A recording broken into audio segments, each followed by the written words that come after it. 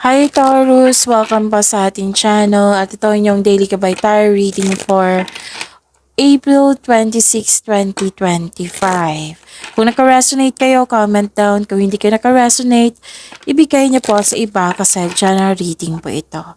This is for you, Taurus, ngayong April 26, 2025.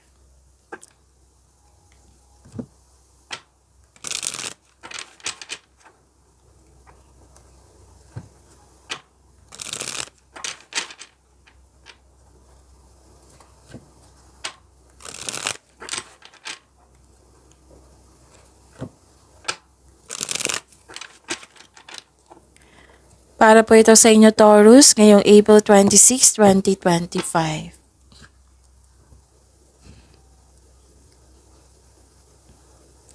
Maraming salamat po sa inyong patuloy na suporta at maraming salamat din po sa mga hindi nag-skip ng ads. Gamitin ang reading na ito bilang gabay lamang. Sa mga hindi pa nag-subscribe, subscribe na po kayo at click bell notification para malaman nyo na may bago tayong video. Para sa mga gustong magpa-reading po, may lumabas dyan sa screen nyo ngayon. Panoorin nyo po at sundin ng instruction.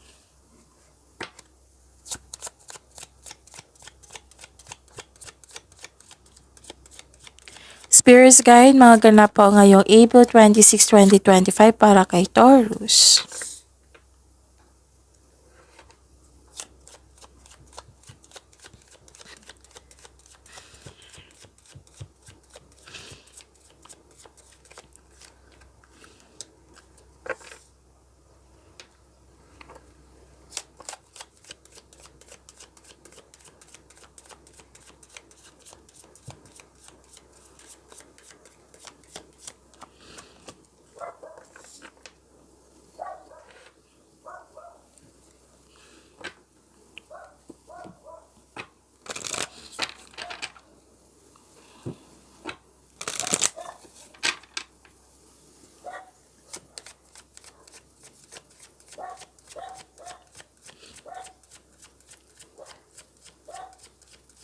Spirits Guide, mga mensahe pa para kay Taurus ngayong April 26, 2025.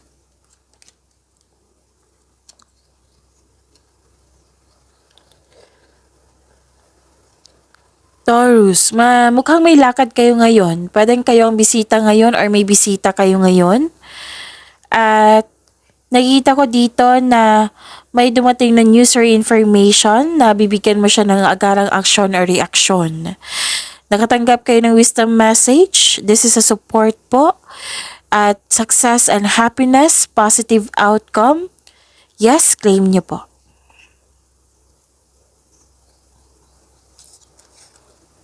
The wisdom and messages of the divine are within you. Honor your own time of harvest. Offer your gifts and blessings as service to the greater good. Wow, ang ganda.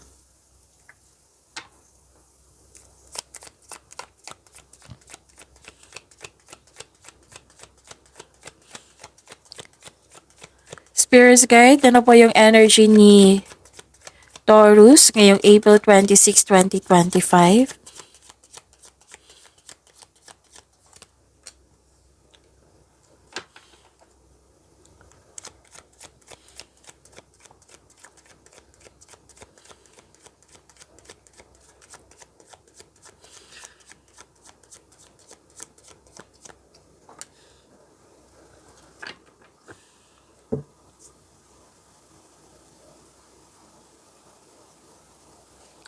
Kung may narinig kayo or may nakita kayong repeating message, like for example, nanood kayo ngayon ng April 25 and April 26 na video reading nyo, Taurus, at may nakita ka kung may napansin kayo repeating message, yun yung po yung pinupush ng cards nyo na kailangan nyo bigyan ng atensyon, solusyon at aksyon kung maaari po. So, ano yung energy ni Taurus? By the way, pwedeng mamaya after ni Capricorn may love reading kayo or pagkabukas.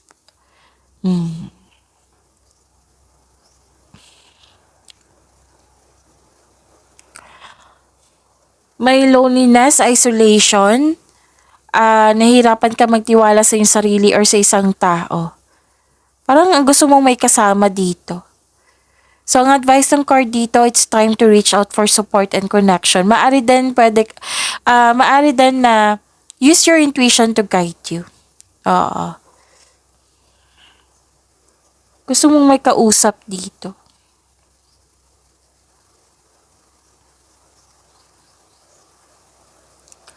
So, this is slowing down, you're exercising your patience. Nagkaroon ng delay sa travel, delay sa hinintay nyo.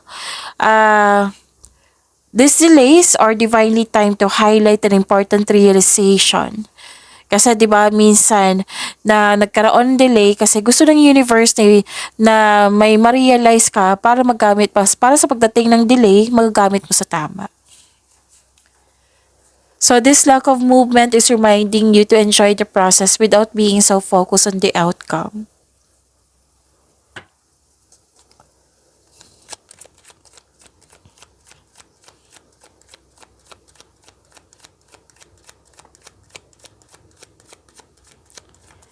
Spirits Guide, Career and Money po ni Taurus, ngayong April 26, 2025.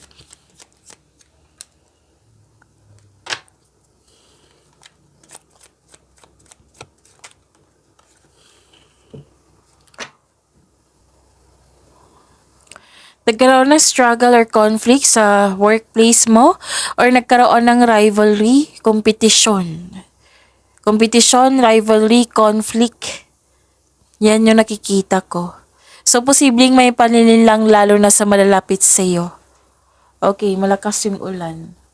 Oh, kung may narinig kayong maingay sa background ko, meaning malakas ang ulan.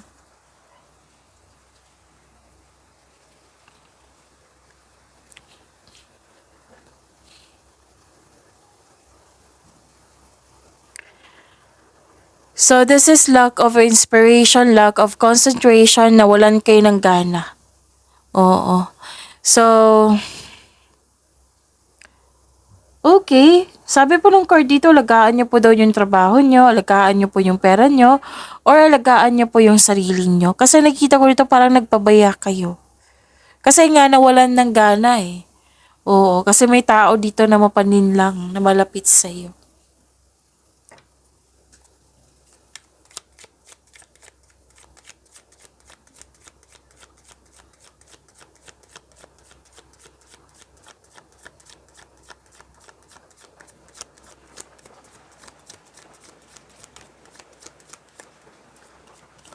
Spirits Guide, Love Life, Self-Love, Partnership, and Romance, si Taurus.